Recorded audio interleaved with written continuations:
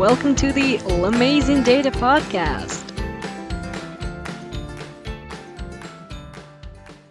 Hello, everybody. This is our finally new episode for our data oriented show where we today are going to be talking about product management, how that can be included into the modern world, and how it can be working with the modern technologies like AI. And our guest today is Vlad. Hello, nice to see you. I insist on repeating a lot of times that I seriously consider you to be the godfather of my podcast, basically because after me appearing in one of your episodes, I was very much infatuated with the idea of starting my own one. So I owe a lot of that to you, and I'm very happy that you're here. Thank you. This this was quite an introduction. Could you please tell a couple of words to our listeners about you? Sure. My name is Vlad Grubman. I am a senior product manager at EPAM, integrated services company. They provide a lot of interesting things for other companies, kind of your IT's IT shop. And part of that is introducing a product mentality or product mindset or any other ways to do that. And I am one of the people who does that, introducing product mindset and introducing product management competency, not only within EPAM, but also for our clients. I really hope that I would not, like trigger anything bad or just sound like a complete, not a nice person, let's put it this way. But I have, like kind of the Cola Pepsi question. Once we are talking about product management, how does that differ from project management? That is I know I realize that is like one of the worst things I could have asked you, but still would like to do that. So in terms of the product development and existence, what's the difference between those PMs? Well, one of them is not a PM. In product management, we don't like abbreviation PM because that immediately brings up project management. In many occasions, I divide it by something like this: product managers should be focused on the what, and project managers are should be focused on the when. In other words, product managers figure out what we need to build, which is why the what.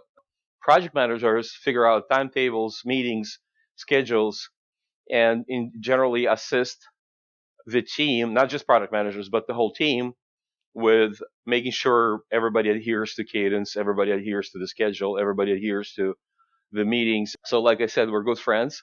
We're focused on different parts of the picture, and especially in large size companies. And I think it's a beneficial, mutually beneficial relationship. In terms of your responsibilities throughout the time from the very start till these days, would you say that your approach to, like preparing the plan for the product has shifted to be more data oriented and data based? Basically, because the quantity of data around us enlarges and the technologies are evolving that is kind of something that you cannot avoid anymore, or that did not really change much in terms of your job? This is the question I like. It lets me say one of my favorite things about product management, that product management is as much art as it is science. It sounds very poetic, I'd say. I'm trying. There are a lot of data driven decisions to be made within product management, but there's also a lot of decisions that are informed by qualitative research and qualitative knowledge. In other words, it's not something that data can express immediately, but it's things you've learned, things that changed, or things where you don't have enough data to make an informed decision. Another thing really interesting is that data that drives the decision can be misinterpreted. I'm sure there are a lot of stories when relying on data alone without really understanding or interpreting data correctly leads into this like pit of despair, and you don't know where it's gonna end, but you definitely lose engagement and you definitely lose attraction with your existing users. I really like the quote that you said very much. If that's your invention, that makes it even better. That the project management is more of an art than a science. So I wonder that aside from like all this creative and artistic work, you still have to do the scientific kind of work. Oh, absolutely. I'm not okay. Let me maybe correct the perception that I'm not. I don't like data driven decisions. I do, and I prefer having data versus using my gut check or using some sort of a qualitative analysis or qualitative information because it's a lot more fuzzy and it's harder to argue than quantitative data. So in that sense, yeah, absolutely, has a place on Earth, has a place under the sun. And I actually, like I said, I actually prefer having quantitative data because it's easier to work with, and a lot of consumer-facing companies collect those huge amounts of data, and it really helps to make those decisions. And I would say, they absolutely lead to a better experience. Those cases that I bring up, they're usually outliers. I am playing a bit of a devil's advocate, just to underline that, hey, yes, data driven decisions are good, but sometimes they are so good they're bad, and they lead you in a bit of a wrong direction, considering all the products first and foremost. A responsibility, aside from generating revenue, is to delight the customer, whoever that customer is. The problem is within the enterprise world, a lot of times when you work with the enterprise product, you don't have that much of a data to rely on, and that's when your art art artistic senses, or gut product manager's gut feeling comes to play. For now, I see that it's bad when we don't have much data. Well, bad is kind of strong word, but it's not helpful when we don't have much data. And it sometimes might not be helpful when we have an overwhelming amount of data. So, where is just that, enough amount of data that would make your life as a product manager great and helpful in terms of your project that you're having? Uh, I don't know. Oh, no. That's the honest answer. That's the honest answer.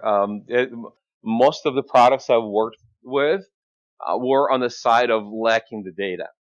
Most of the products I've worked with, probably with the exception of one, were on either a greenfield development, so it's a brand new product. We just made a few assumptions based on what we know and ran with it, and only one of them was where we had sufficiently that happy medium. Let's put it this way: we had that happy medium of data where we knew the product will be successful as long as we can make it happen. So that's in full transparency. I don't know what too much data looks like.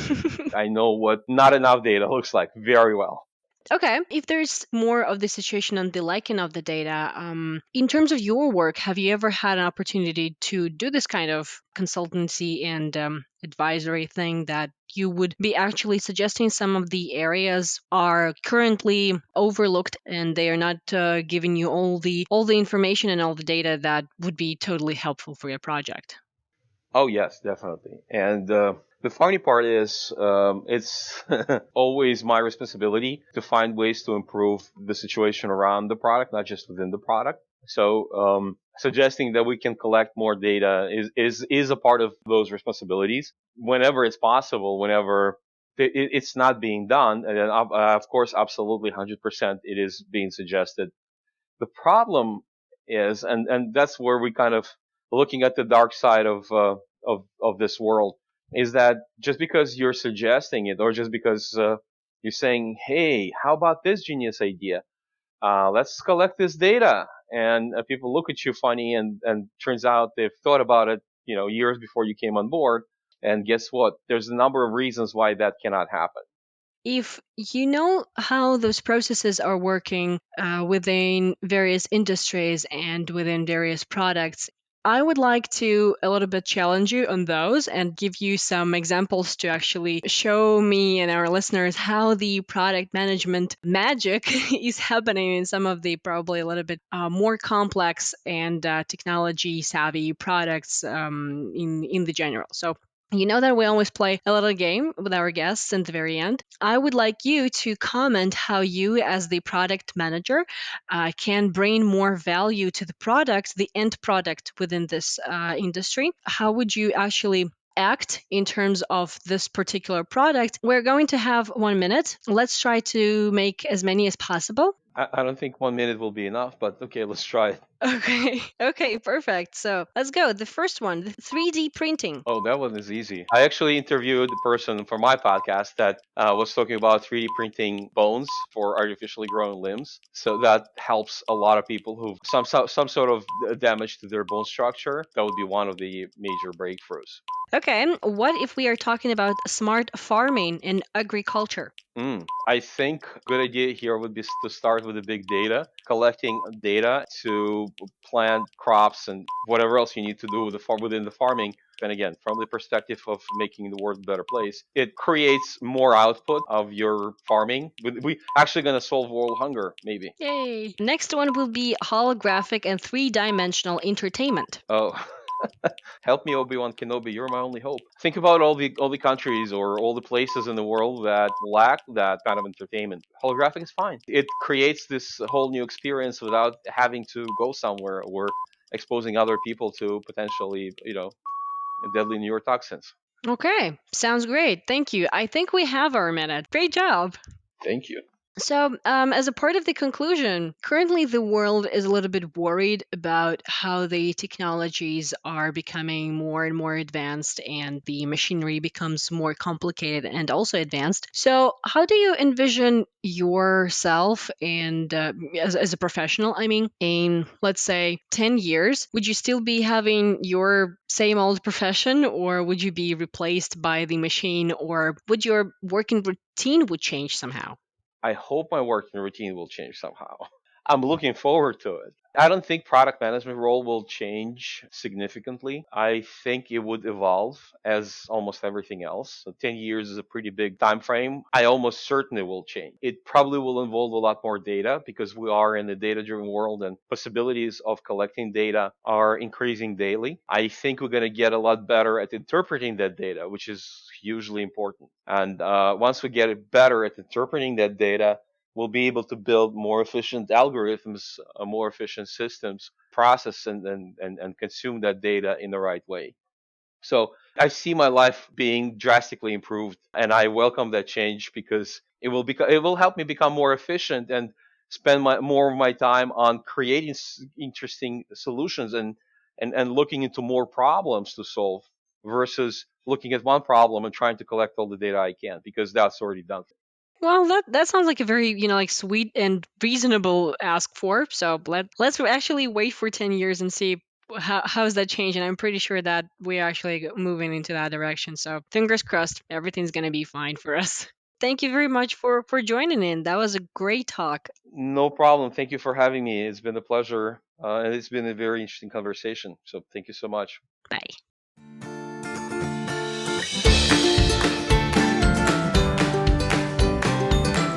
This has been another episode of Llamazing Data Podcast. My name is Ksenia. Stay tuned for more awesome stories about data and have a great day.